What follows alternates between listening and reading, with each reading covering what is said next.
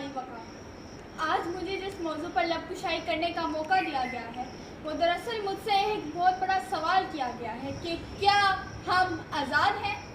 इस सवाल का जवाब देने के लिए जब मैंने कलम उठाया तो मेरी निगाहों के सामने हक की बात करने पर मौत का तोहफा हासिल करने वाले सहाफ़ी अजीज़ महमूद गिलास है। लेकिन फिर मेरे दिल में ख्याल आया कि ऐसा एक वाक़या तो हर मुल्क, हर वतन, हर देश, हर मिट्टी, हर जगह हो जाता है। लेकिन फिर मेरे ख्यालों में बच्चों के सामने ज़्यादती का निशाना बनने वाली माँ आई, जिससे मेरे कलम को ये लिखने पर मजबूर कर ही दिया कि हम आज़ाद नहीं बल्कि हवस के कैदी हैं। कि इतने में मैंने अपने दिल को तसल्ली दी ही थी कि देखो, आज़ाद मुल्क में बैठकर नाशुक्र जैसे अल्फाज मत लिखना। अब इस बात से मैंने अपने दिल को बहलाया ही था कि एटीएम मशीन के कैमरा में मुँह चढ़ाने वाली वीडियो मेरी ज़मीन को झंझोड़ने लगी कि लिख, तू हक लिख। ये सलाहुद्दीन अपनी पूरी कौम से मुँह चढ़ाकर कह रहा है कि अपनी जान की अमा पाऊँ। एक बात कहूँ, जहाँ ज़हनी तवाज़ुन ठीक ना होने वाले शख्स को बेदर्दी से मारा जाए वहाँ कोई आज़ाद नहीं। आज मैं मारा गया हूँ, कल कोई और मारा जाएगा। इंसाफ का सोचना ही नहीं, बस मजम्मत से काम चलाया जाएगा, बस मजम्मत से काम चलाया जाएगा। जनाब आला, अभी मैंने लिखने की जिसारत की ही थी कि फ़लस्तीन, बर्मा, कश्मीर और चेचेनिया के लोगों ने चीख चीख के कहा, अरे ओ बेखबर, तू तो आज़ादी की नेमत से आशना ही नहीं, तेरी तो इस मौजू पर लिखने की उम्र ही नहीं। तू तो आज़ाद है, तू आज लिखने को आज़ाद है, तू आज पढ़ने को आज़ाद है, तू आज स्टेज में खड़े होकर तकरीर करने को आज़ाद है।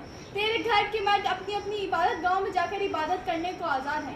चलो मान लिया 20-30 लोग माशरे में खराबियों की वजह से नाइंसाफी का शिकार हुआ होंगे। अरे तू तो आज नौशा फिरोज के मजमे के सामने आवाज़ उठाने और हक की बात करने को आज़ाद है।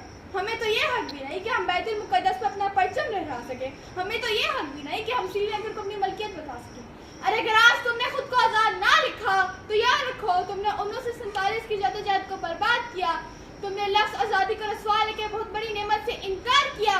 तुमने आज़ादी की गलत तशरीह करके काम बहुत बेकार किया और तुमने खुद को कैदी कह के कलम का गलत इस्तेमाल किया और तुमने खुद को कैदी कह के कलम का गलत इस्तेमाल किया। जनाब आला, ये चीखें, ये आवाज़ें और ये पुकार मेरी समाज से टकराएं और मेरा वजूद कांपने लगा। कलम नीचे गिरा और मैंने इस मौजू पर लिखने से इनकार कर दिया और बिलाखिर मैं इस नतीजे तक पहुंची कि इस ऐवान में बैठे हर एक शख्स को दोनों पहलू बताकर फैसला आप लोगों पर छोड़ा जाए कि क्या हम आज़ाद हैं।